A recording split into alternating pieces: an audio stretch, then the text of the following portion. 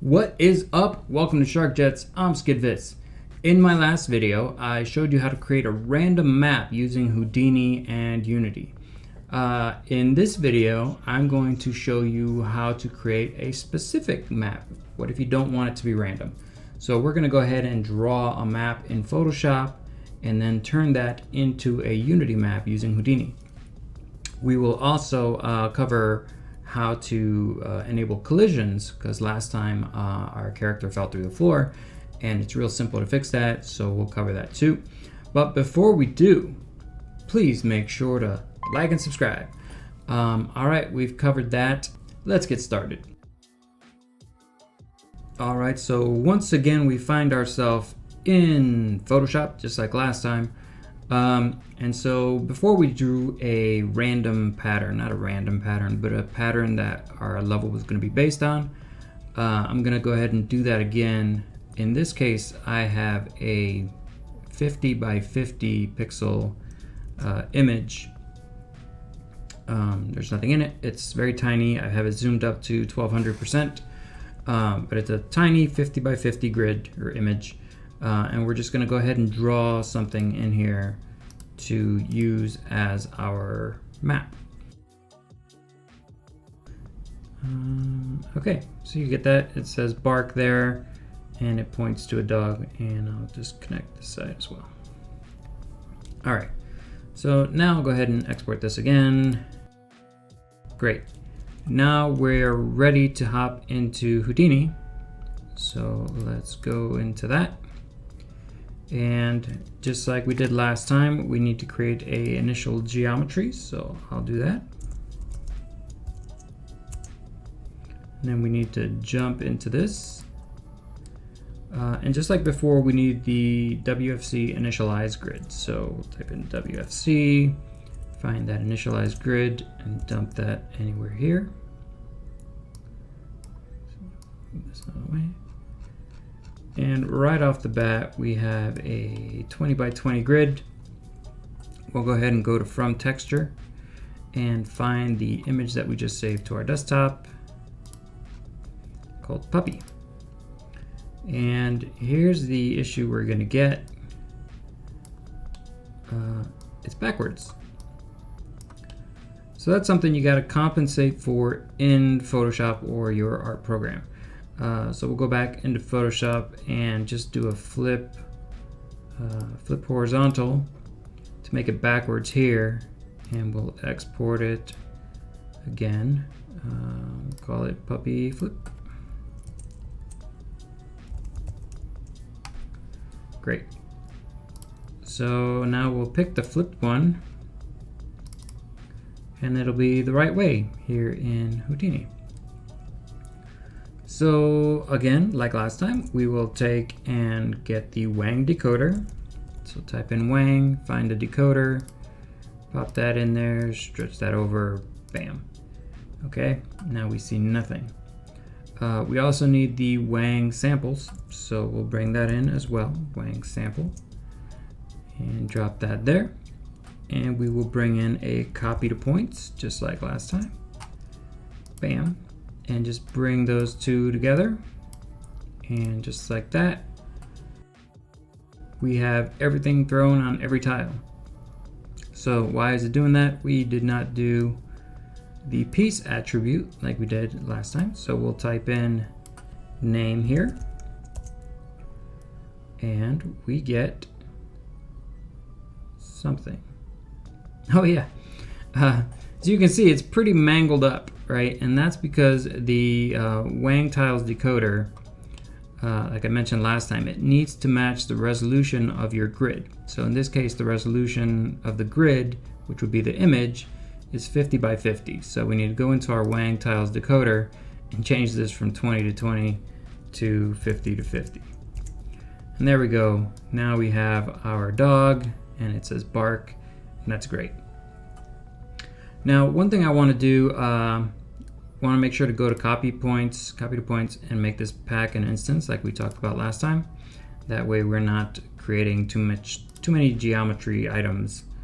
As you can see, if I turn this off, This is 21,000, 93,000, etc., etc. Just pin that there real quick. And if I drop this down, oh, it doesn't automatically update. Okay, there we go. So it's down to 2,500. So we want to make sure to have that checked so we're not creating unnecessary geometry. Now, another thing I want to do here is you can see there's a lot of purple, right? This is a very empty map, but all of those would actually like be an instance inside of Unity. So I want to get rid of all the stuff that's purple. Now, the way this works is using Wang Tiles, and I'll pop that up here real quick. The Wang Tiles is something that was created for creating procedural maps in 2D games, and Houdini is using it to do 3D work. So you can see we have those 47 tiles that we talked about last time. There's 15 base tiles, and then some of them are rotated 90 degrees for each possible rotation. So for instance, this 17 can only go two ways. You can either have it vertically or horizontal. So the 17 is vertical and the 68 is horizontal. But the one we're focusing on right now is 0 and 255, right? So 0 means there's nothing there, right? It's a solid block. And 255 represents the floor. As you can see, the yellow is the parts that you could walk on, and the blue are walls and boundaries. So 0 is all this purple, and 255 is the floor. So we want to remove everything that is 0 because this is a lot of unused stuff. If you want to keep that in for effect, you can, but we're going to get rid of it because it's unnecessary. Okay, so I'm going to create a blast node, and what a blast node does is it deletes. And we want to put it between the Wang Tiles and the copy to points. So we'll drag this in here, and right off the bat you see it deleted everything. We don't want that. We only want to delete the tiles that have a name of 0. So we'll come in here and type in @name, which means find that attribute, but where it equals, it's a double equals, where it equals 0, that's what we're going to get rid of. And there you have it. It got rid of all the empty rooms or the filled in walls. So we have a lot less geometry to worry about, and that is that. So now we can just go ahead and create a digital asset out of this like we did last time. So I'm going to go up into the original geometry, right click on it, create a digital asset. It's going to ask me where do I want to save it, what do I want to call it. I'll leave everything as it is, and I'll just save it to my desktop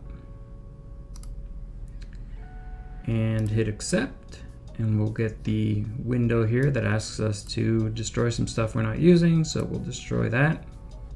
We get the attributes, the property window.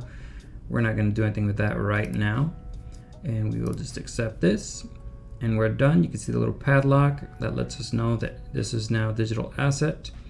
And we'll go into Unity, and this is my Unity project from last time, and the only thing that's in this project is I have a game creator so that I can have a player that I can control quickly without too much code. And I also have the Houdini engine installed, which we talked about installing in the last video. So if you don't have that, make sure to follow the last video. So we're going to go in here and load the HDA, the Houdini digital asset. So we'll find that file, which is right there on my desktop. So we'll bring that into the project. And there's our map. Now we'll go ahead and make sure that our player, well, two things we want to do. As I talked about in the last video, we did some resizing. This is way too small. If I start this now, let me go ahead and get my player item here and just put him over the ground. Oh well, something's gonna happen. You know what's gonna happen. It's gonna fall through the ground. Whee! Right, because we don't have colliders. We talked about that last time. I'll just go ahead and turn on this collider that we had last time. And we'll try it again. Now you can see this level, it's kind of cute, but it's way too small. This isn't what we want. Maybe it is, but it's not what I want. I want him to feel like he's in a room, not trapped in some kind of grid. So what I'm gonna do is rescale the geo inside of Unity instead of doing it in Houdini like I did last time. So I'm just gonna set the scale of 3 to 3 by 3, and that will make the map a little bit bigger. I'll find a new position for my player, and we'll throw him back in there. All right, and that's better. It's not perfect, but it looks more realistic. I should probably go to 5, I think, personally, but just like last time, we can run through the walls because there's no collision in this specific output. But we're gonna fix that really quick, and it's almost embarrassing how easy it is to fix. So I will stop this and head back into Houdini, go back into our digital asset, and what we want to do is add colliders to the geometry that we're placing down, and Houdini has a nice way to do that using groups. So I will come in here, and I'm gonna throw in a group. All right, and I'm just gonna put it here on the side, and I'm gonna drag this output back into this, right? So we can have it go into 2 places at once. That's not a big deal. And then in here, we need to create a group name. And what this is gonna do is it's gonna take all of the geometry in here and it's gonna add it to a group. So our group name needs to be collision _ geo. Now Unity, the Houdini engine inside of Unity will recognize this and say, hey, this needs to be a collider. So it'll do it all for us. So we'll put this here, and then we need to merge these 2 outputs into this copy to points. So we'll do that with a merge node, right? So we'll drag this there, put the output from that into that, the output from that into that. We'll cut this output here and drag this one into there. And that did not do what I expected, so I probably need to get to that after the blast or before the blast. So I will just cut this blast out here and throw the blast into this one. Yep, and then drag this one into there.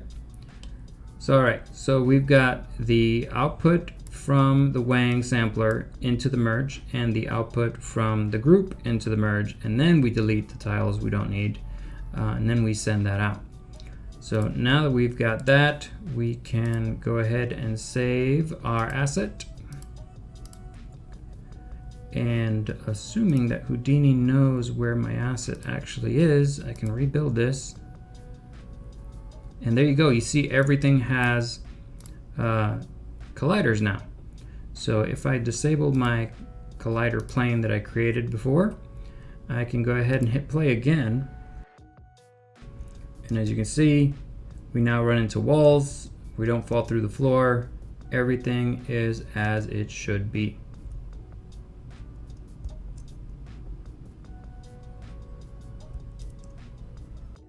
And there you have it, quick and easy as promised. If you would have done it another way, please let me know in the comments. I'm gonna keep working on this. We're going to figure out how to pull in our own assets next time. So stay tuned for that. Please make sure to like and subscribe. As always, join my Discord. We can talk about stuff. Join my Patreon. You can help me with my next game and all that fun stuff. So thanks again for watching. The links for all the stuff you need is in the description. Again, if you didn't watch my last video, that must be confusing for you. So go back and watch that to get up to date, up to speed. And yeah, that's it. I'm out of here. Peace out. I'm still SkidViz.